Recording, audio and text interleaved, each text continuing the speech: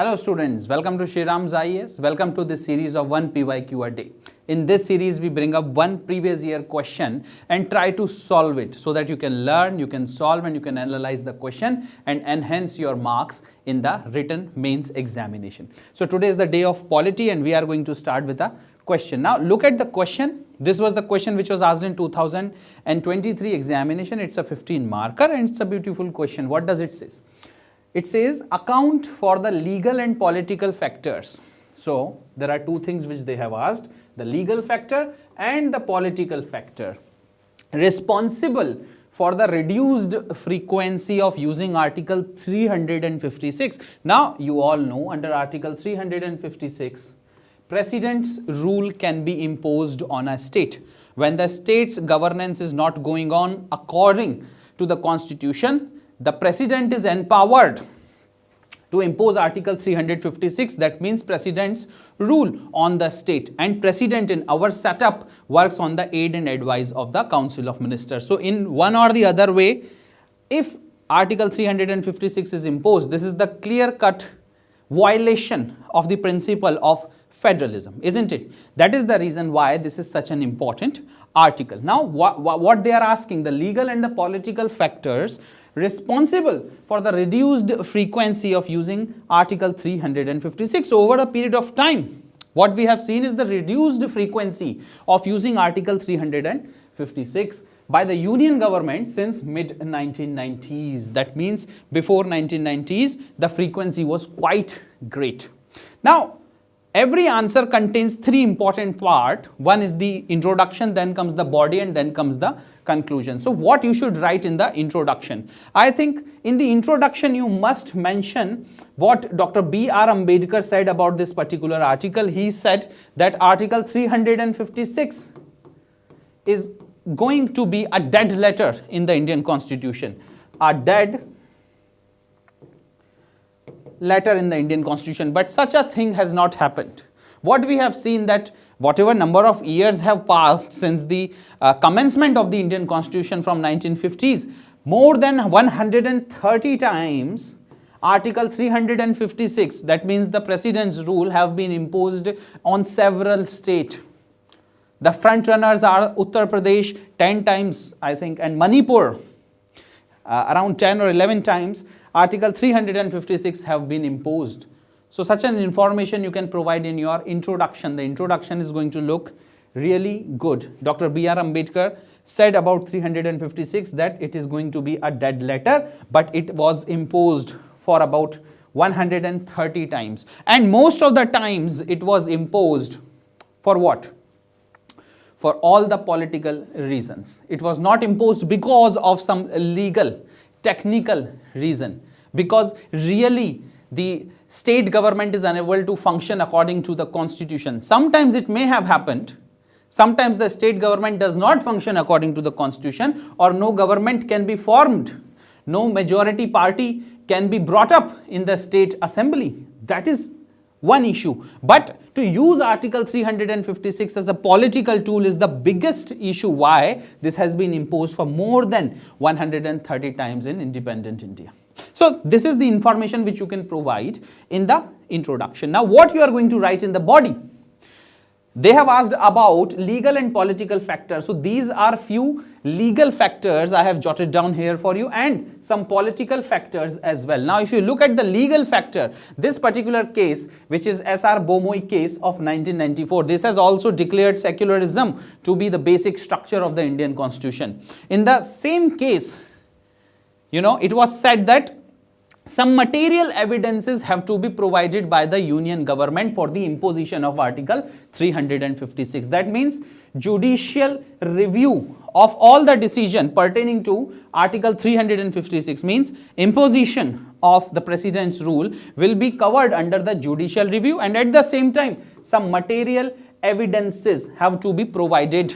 That you just cannot be arbitrarily imposing Article 356 on any state just for the political reason.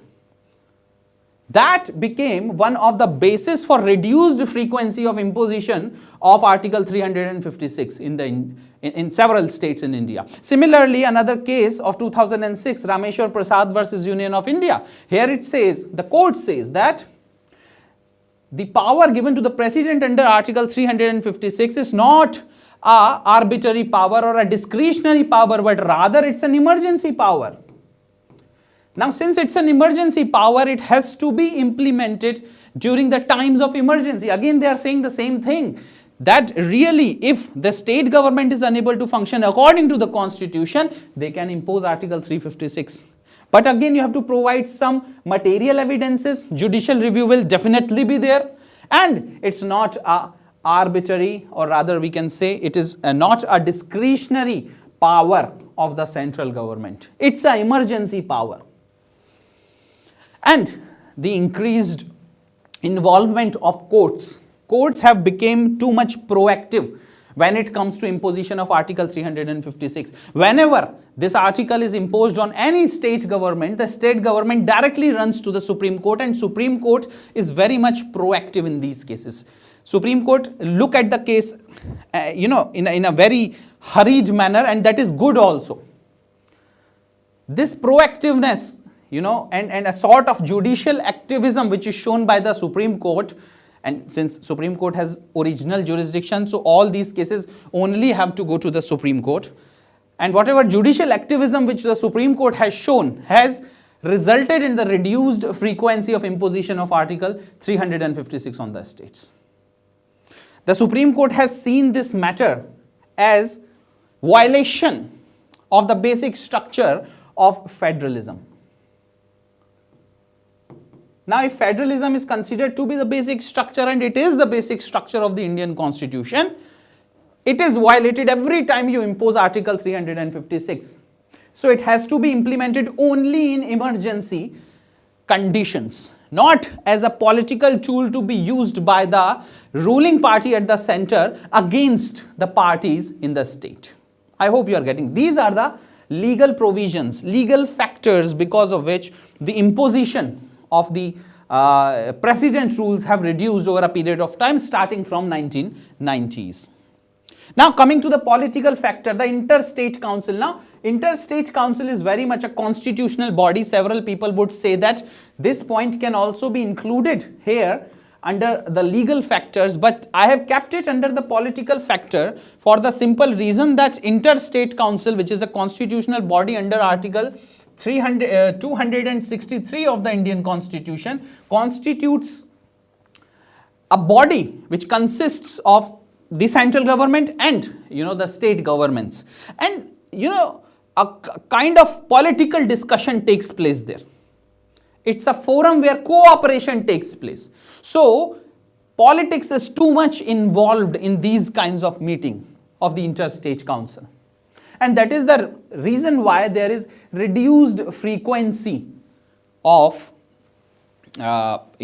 imposition of Article 356 which is seen. Another political reason is the coalition government.